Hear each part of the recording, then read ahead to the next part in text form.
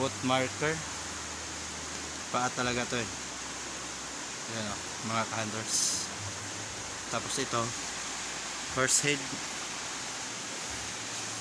ulo ng kabayo. Ayan o. Tapos punong kahoy. Ayan.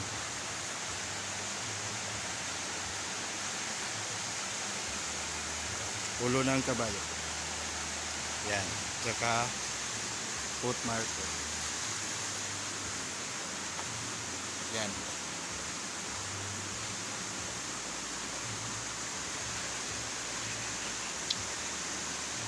Diyan may tatlong bato. Dito. So ang target spot yun at dito ang target spot. Kasi may intersign to eh. So naka mirror type yan oh.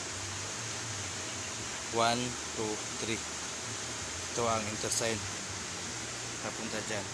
Yung may bitak yan. May passageway yan. Yan.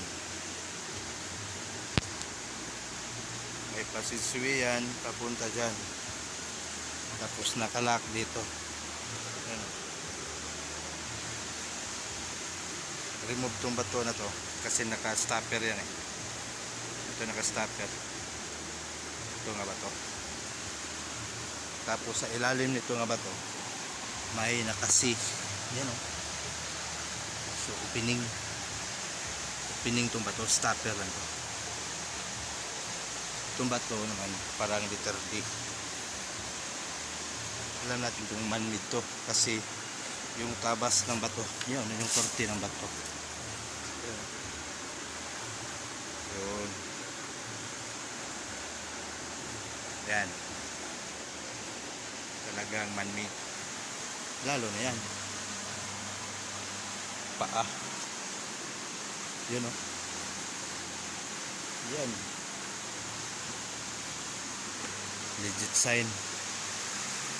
Paa talaga. Yan o.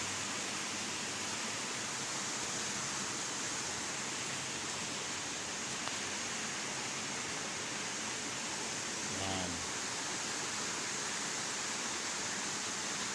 Yan o.